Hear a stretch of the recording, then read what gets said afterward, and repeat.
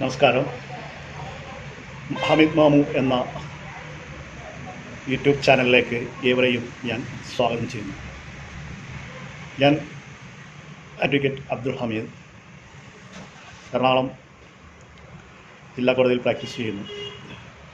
ഇന്നത്തെ എൻ്റെ വിഷയം സമകാലീന യുഗത്തിൽ എന്തും ഏതിനും നമ്മുടെ ജനം ആശ്രയിക്കുന്നത് ഓൺലൈൻ സൈറ്റുകളെയാണ്.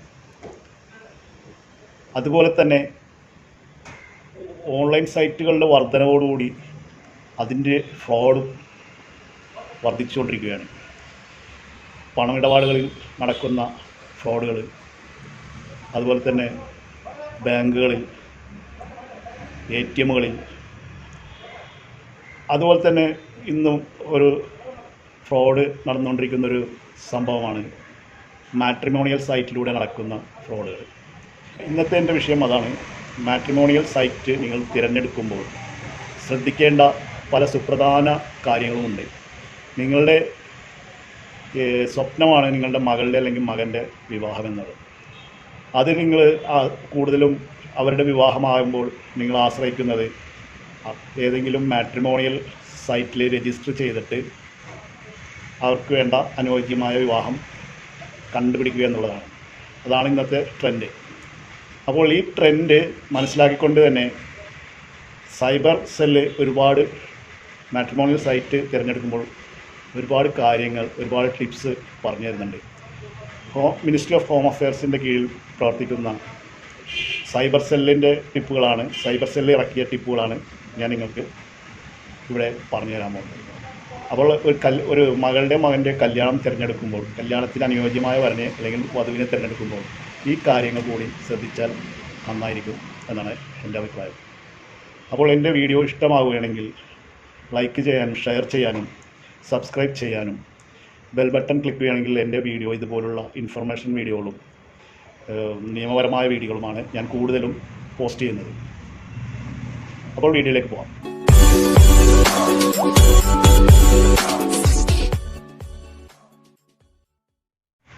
ഇന്നത്തെ ഡിജിറ്റൽ യുഗത്തിൽ ഒരുപാട് പേര് ഫ്രോഡിന് വിധേയമാകുന്നുണ്ട്.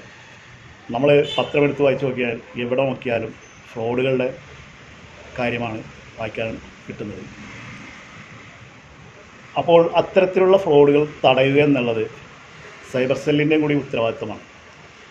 അപ്പോൾ മാട്രിമോണിയൽ സൈറ്റുകളിലൂടെ ഇത്തരം ഫ്രോഡുകൾ തടയാൻ വേണ്ടിയാണ് സൈബർ സെല്ല് ഇത്തരം കുറച്ച് ഉപദേശങ്ങൾ ഒരു സൈറ്റ് തിരഞ്ഞെടുക്കുന്നു. ഒരു മാട്രിമോണിയലിലൂടെ സൈറ്റിലൂടെ നിങ്ങളുടെ മകൾക്കോ മകനോ വിവാഹം തിരഞ്ഞെടുക്കുമ്പോൾ ഇനിയിപ്പോൾ ഇല്ല, നിങ്ങൾ തന്നെയാണ് ഒരു മാട്രിമോണിയൽ സൈറ്റിൽ കയറി രജിസ്റ്റർ ചെയ്ത് അനുയോജ്യമായ വിവാഹം കണ്ടെത്തി വീട്ടുകാരെ അറിയിക്കുന്നതെങ്കിലും ഇത് ഒരു ഇത് കാര്യങ്ങൾ മനസ്സിൽ വെച്ച് മാട്രിമോണിയൽ വെബ്സൈറ്റിൽ രജിസ്റ്റർ ചെയ്യാൻ സാധിക്കുക. അപ്പോൾ ഒന്നാമത്തെ കാര്യം, സൈബർ സെല്ലിൻ്റെ ടിപ്സിൽ ഒന്നാമത്തെ കാര്യം എന്ന് പറയുന്നത്, നിങ്ങളൊരു വിവാഹം കഴിക്കാൻ ആലോചിച്ചു, അല്ലെങ്കിൽ നിങ്ങളുടെ മകൾക്കൊരു വിവാഹം ചെയ്തു കൊടുക്കാൻ ആഗ്രഹിച്ചു, അല്ലെങ്കിൽ മകന്, നിങ്ങൾ ഇന്നത്തെ കാലഘട്ടത്തിനനുസരിച്ച് ഉടനെ ഒരു നല്ലൊരു വെബ്സൈറ്റ് ഏതാണെന്ന് അന്വേഷിക്കും. അങ്ങനെ വെബ്സൈറ്റ് തിരഞ്ഞെടുക്കുമ്പോൾ റിലവൻ്റായിട്ടുള്ളൊരു വെബ്സൈറ്റ്, ഇന്നത്തെ കാലഘട്ടത്തിൽ ഏറ്റവും റിലവൻ്റായിട്ടുള്ള നല്ല വെബ്സൈറ്റുകൾ നോക്കിയിട്ട് അതിൽ വേണം രജിസ്റ്റർ ചെയ്യാനായിട്ട്. ഒരുപാട് വെബ്സൈറ്റുകളുണ്ട്, മാട്രിമോണിയൽ വെബ്സൈറ്റുകളുണ്ട്. അപ്പോൾ അതെല്ലാം അതിൻ്റെ വിശ്വാസ്യത എത്രത്തോളം ഉണ്ടെന്ന് അതിൻ്റെ സൈറ്റിൽ കയറി അതിൻ്റെ റിവ്യൂസ് പരിശോധിക്കുക. അതുപോലെ തന്നെ നിങ്ങളുടെ അറിയാവുന്ന ആളുകളോട് ചോദിക്കുക, നിങ്ങളുടെ കൂട്ടുകാരോടും ബന്ധുമിത്രാദികളോടൊപ്പം ആ സൈറ്റിനെ പറ്റി. ഇനിയിപ്പോൾ ചില ആളുകൾ അവരുടെ മക്കളുടെ വിവാഹം നടത്തിയ സൈറ്റുകളുണ്ടാവും. ആ സൈറ്റുകൾ ഏതാണെന്ന് അവരോട് ചോദിച്ച് മനസ്സിലാക്കുക. അവർക്ക് അതിൻ്റെ ഒരു പരിജ്ഞാനം ഉണ്ടാവുമല്ലോ. അനുഭവത്തിൻ്റെ വെളിച്ചത്തിൽ അവർ പറയുന്ന സൈറ്റിൽ കയറി രജിസ്റ്റർ ചെയ്യാം. അപ്പോൾ ഇതാണ് ഒന്നാമത്തെ ട്രിപ്പ്. രണ്ടാമത്തെ ട്രിപ്പ് എന്ന് പറയുന്നത്, നിങ്ങൾ ഒരു വെബ്സൈറ്റ്, മാട്രിമോണിയൽ വെബ്സൈറ്റിൽ കയറി നിങ്ങൾ രജിസ്റ്റർ ചെയ്യുന്നതിന് മുമ്പായിട്ട് ഒരു പുതിയ ഇമെയിൽ ID ഉണ്ടാകണം. അതിനായിട്ട് തന്നെ ഒരു ഇമെയിൽ ID ഉണ്ടാകണം എന്നാണ് സൈബർ സെൽ പറയുന്നത്. നിങ്ങളുടെ പേഴ്സണൽ ഇമെയിൽ ID വെബ്സൈറ്റിൽ കൊടുക്കാതിരിക്കുക. അപ്പോൾ ഇങ്ങനെ ഈ ഇമെയിൽ ID നിങ്ങളുടെ വിവാഹം നടന്നാലും ഇല്ലെങ്കിലും ആ വെബ്സൈറ്റിൽ നിന്ന് കുറച്ച് കഴിയുമ്പോൾ അത് ആ ഇമെയിൽ ID പിന്നെ ഉപയോഗിക്കരുത്. അപ്പോൾ ഇത് പ്രത്യേകം ശ്രദ്ധിച്ചിരിക്കുക. അതുപോലെ നിങ്ങളുടെ ഫോൺ നമ്പറൊന്നും പെട്ടെന്ന് വെബ്സൈറ്റിൽ അധികം കൊടുക്കാതിരിക്കുക. പിന്നെ അഡ്രസ്സ് ഇതൊന്നും മാട്രിമോണിയൽ വെബ്സൈറ്റിൽ തൽക്കാലം എന്ത് കമ്മ്യൂണിക്കേഷൻ നടത്തിയാലും അത് ഇമെയിൽ ഐ ഡിയിലൂടെ ആദ്യം കമ്മ്യൂണിക്കേഷൻ നടത്തുക. രണ്ടാമത്തെ കാര്യം, പിന്നെ ശ്രദ്ധിക്കേണ്ട ഒരു കാര്യം, വന്ന ആലോചനയുടെ എത്രത്തോളം നല്ല കാര്യമാണെന്ന് അറിയണം. അതിനായിട്ട് ബാക്ക്ഗ്രൗണ്ട്, ഈ പയ്യൻ്റെ വധുവിൻ്റെ ബാക്ക്ഗ്രൗണ്ട് നമ്മൾ അറിഞ്ഞിരിക്കണം. അതിനായിട്ട് നമ്മൾ പല എൻക്വയറികളും പ്രോപ്പറായിട്ട് നടത്തിയിരിക്കണം. ഫാമിലി ബാക്ക്ഗ്രൗണ്ട്, ജോലി ചെയ്യുന്ന സ്ഥലം, അതുപോലെ തന്നെ ബന്ധുമിത്രാദികൾ, അയൽവക്കക്കാർ, ഇങ്ങനെയുള്ളവരോടും എല്ലാവരോടും നിങ്ങളത് ബാക്ക്ഗ്രൗണ്ട് ചെക്ക് ചെയ്യണം. ആ പയ്യൻ്റെ അല്ലെങ്കിൽ വധുവിൻ്റെ ബാക്ക്ഗ്രൗണ്ട് ചെക്ക് ചെയ്യുക. അത് എന്നിട്ട് മാത്രമേ നിങ്ങൾ പ്രൊസീഡ് ചെയ്യാൻ പാടുള്ളൂ. പിന്നെ എന്ത് കാര്യവും ഷെയർ ചെയ്യുമ്പോൾ നിങ്ങളായിട്ട് തന്നെ അച്ഛനമ്മയും തിരഞ്ഞെടുക്കില്ല, നിങ്ങളായിട്ട് രജിസ്റ്റർ ചെയ്തിട്ടുണ്ടെങ്കിൽ നിങ്ങളൊരു ഇത് കണ്ടുപിടിച്ചു, ഒരു പ്രോസ്പെക്റ്റീവായിട്ടുള്ള ഒരു ആലോചന നിങ്ങൾക്ക് വന്നു. അത് ശരിക്കും പറഞ്ഞാൽ അതിൻ്റെ എന്തെങ്കിലും കാര്യം ഷെയർ ചെയ്യുന്നതിന് മുമ്പ് നിങ്ങളുടെ കുടുംബത്തെ അറിയിച്ചിരിക്കണം. അതുപോലെ തന്നെ നിങ്ങൾ ചാടിക്കയറി വീട്ടിലേക്കൊന്നും ക്ഷണിക്കരുത്.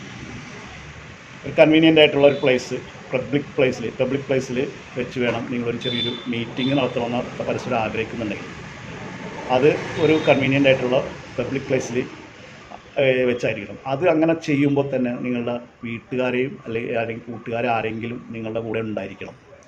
മാട്രിമോണിയൽ സൈറ്റിലൂടെ നിങ്ങൾ ഇൻട്രാക്ട് ചെയ്യാൻ തീരുമാനിച്ചു കഴിഞ്ഞാൽ എല്ലാ കാര്യങ്ങളും ചോദിച്ചറിയണം.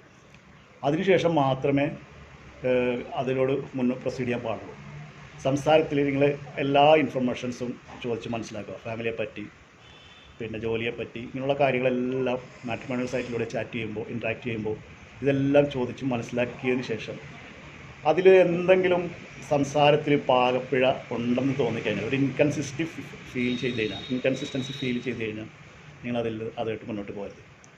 പിന്നെ ഒരിക്കലും നിങ്ങളുടെ പേഴ്സണൽ ഇൻഫർമേഷൻസ് ചാറ്റ് ചെയ്യുമ്പോൾ, ഇപ്പോൾ ആദ്യത്തെ ഒരു ഫോർമൽ ചാറ്റായിരിക്കുമല്ലോ എന്തായാലും, അപ്പോഴൊന്ന് ചാടിക്കയറി നിങ്ങളുടെ ഒറിജിനൽ ഇമെയിൽ ഐ ഡി കൊടുക്കരുത്, അഡ്രസ്സ് കൊടുക്കരുത്, ഫോൺ നമ്പർ കൊടുക്കരുത്.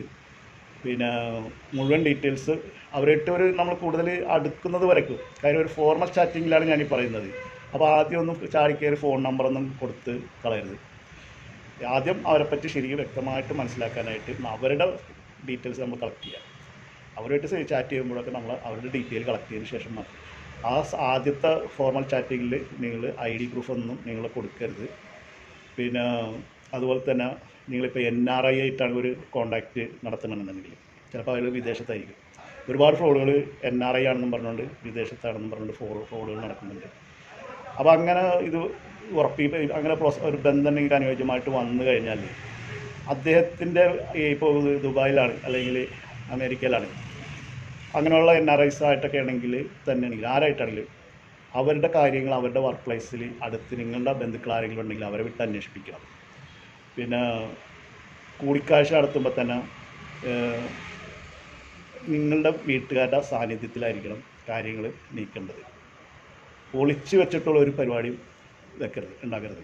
എന്തറിഞ്ഞും പറയുമ്പോഴും വീട്ടുകാരായിട്ട് ബന്ധപ്പെടുത്തി മാത്രമേ NRIs ആയിട്ട് ഇതായിട്ട്. കാര്യം പലരും NRIs ആണെന്ന് പറയും, പക്ഷേ പല രീതിയിലുള്ള തട്ടിപ്പുകളും നടക്കുന്നുണ്ട്.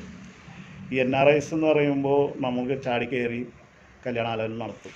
അവൻ്റെ ശമ്പളം അവൻ ചിലപ്പോൾ $10,000 ഉണ്ടാവും ശമ്പളം, അല്ലെങ്കിൽ 25,000 ദിർഹം ശമ്പളമുള്ളതാണ്. അങ്ങനെ പല കാര്യങ്ങളും. അപ്പോൾ ഇതൊക്കെ അന്വേഷിച്ചതിന് ശേഷം കണ്ടെത്തി അവരെ നാട്ടിൽ വീടുണ്ടെങ്കിൽ ആ നാട്ടിലെ വീടുമായിട്ട് കോൺടാക്ട് ചെയ്യാൻ നിങ്ങളുടെ വീട്ടുകാരോട് പറയണം. അതിന് ശേഷം മാത്രമേ ആ നാട്ടിൽ അവരുടെ വീട്ടിലുള്ള മറ്റുള്ള അടുത്തുള്ള അയൽവക്കക്കാരുമായിട്ടൊക്കെ ബന്ധപ്പെട്ട് ഇങ്ങനൊരു സംഭവം സത്യമാണെന്നുള്ളത് ആദ്യം തെളിവുണ്ടാക്കിയെടുക്കണം. എന്നിട്ട് നിങ്ങൾ അത് പ്രൊസീഡ് ചെയ്യാൻ പാടുള്ളൂ. പിന്നെ ചാടിക്കയറി പണമൊന്നും കൈമാറാതിരിക്കുക. എന്തെങ്കിലും ഇപ്പോൾ സ്റ്റാർട്ട് ചെയ്യുമ്പോഴത്തേനും ചിലർ ആദ്യം തന്നെ പണമൊക്കെ ചോദിക്കും. അങ്ങനെയൊക്കെ ഒരു കൂടുതൽ നമ്മൾ അടുത്തെന്നുള്ള രീതിയിൽ കുറച്ച് റീസൺ പറഞ്ഞിട്ട് നമ്മൾ കല്യാണം ഉറപ്പിക്കാൻ പോകണല്ലേ, എനിക്ക് കുറച്ച് കാശിന് അത്യാവശ്യമുണ്ട് എന്നൊക്കെ പറഞ്ഞു കഴിഞ്ഞാൽ ആ ബന്ധം അപ്പം തന്നെ അവിടെ വെച്ച് ഉപേക്ഷിക്കുന്നതാണ് ഏറ്റവും ബെസ്റ്റ്. കാര്യം നിങ്ങൾ ഒരുപാട് കാര്യങ്ങൾ അറിയാവുന്നവർ മാക്സിമം പണമിടപാടുകൾ പണം ചോദിച്ചു കഴിഞ്ഞാൽ അത് കൊടുക്കാതിരിക്കുക. അത് ഫ്രോഡാണെന്ന് നിങ്ങൾ തീരുമാനിച്ചു. അപ്പോൾ അതുപോലെ തന്നെ നിങ്ങളുടെ ഫോട്ടോകൾ, സെൻസിറ്റീവായിട്ടുള്ള ഫോട്ടോസൊന്നും അവർക്ക് കൊടുക്കരുത്. അത് ചിലപ്പോൾ ബ്ലാക്ക് മെയിൽ ചെയ്യാനും പിന്നീട് ഇൻ്റർനെറ്റിൽ അത് പോസ്റ്റ് ചെയ്യാനും ഇതിനൊക്കെ സാധ്യതയുണ്ട്. അപ്പോൾ അതൊക്കെ ഒഴിവാക്കുന്നതാണ് ഏറ്റവും ബെസ്റ്റ് കാര്യം. പല പല ഫ്രോഡുകളും ഇവിടെ നടക്കുന്നുണ്ട്. ഫോട്ടോ വെച്ചിട്ട് അത് ഫോട്ടോ തലവെട്ടി മാറ്റി മോർഫ് ചെയ്ത് വേറെ രീതിയിലേക്ക് ആക്കിയിട്ട് നിങ്ങളെ ബ്ലാക്ക് മെയിൽ ചെയ്യാൻ സാധ്യതയുണ്ട്. അപ്പോൾ ഇത്തരം കാര്യങ്ങളാണ് സൈബർ സെല്ല് നമുക്ക് തരുന്ന ഒരു മുന്നറിയിപ്പ്. ഈ മാട്രിമോണിയൽ സൈറ്റ് തിരഞ്ഞെടുക്കുമ്പോഴൊക്കെ വളരെയധികം ശ്രദ്ധിക്കണം. ഇപ്പോൾ ഗൂഗിൾ കയറി നമ്മൾ ഒരു സൈറ്റ് അന്വേഷിക്കുമ്പോൾ ചിലപ്പോൾ റിലവൻ്റ് ആയിട്ടുള്ള ഒരു സൈറ്റായിരിക്കും നമ്മൾ തപ്പുന്നത്. പക്ഷേ ഗൂഗിളിൽ അന്വേഷിക്കുമ്പോൾ ഒരുപാട് ലിങ്കുകൾ വരും അതേ പേരിൽ തന്നെ.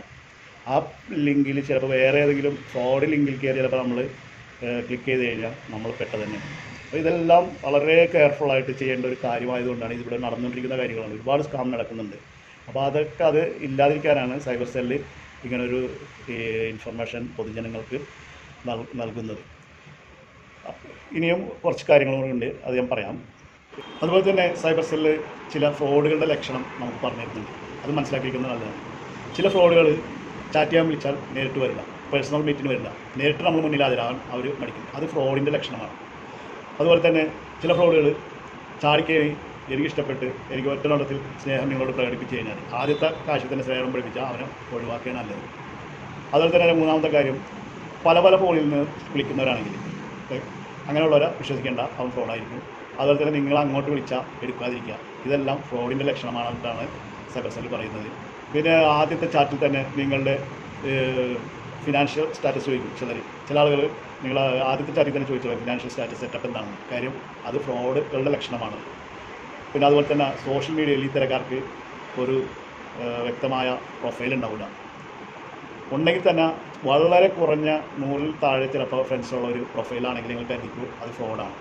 സോഷ്യൽ മീഡിയയിൽ നിങ്ങൾ സാധാരണ എല്ലാവരും സോഷ്യൽ മീഡിയയിലെ ഇവരുടെ പ്രൊഫൈലൊക്കെ നോക്കിയിട്ടാണ് പലരും വധുവരന്മാരെ തിരഞ്ഞെടുക്കുന്നത്. അപ്പോൾ ഇത്തരം കാര്യങ്ങൾ സൈബർ സെല്ല് ഫ്രോഡുകളുടെ ലക്ഷണമായിട്ട് പറയുന്നുണ്ട്. അപ്പോൾ ഇതും കൂടി മനസ്സിൽ നിങ്ങൾ ഉണ്ടായിരിക്കണം.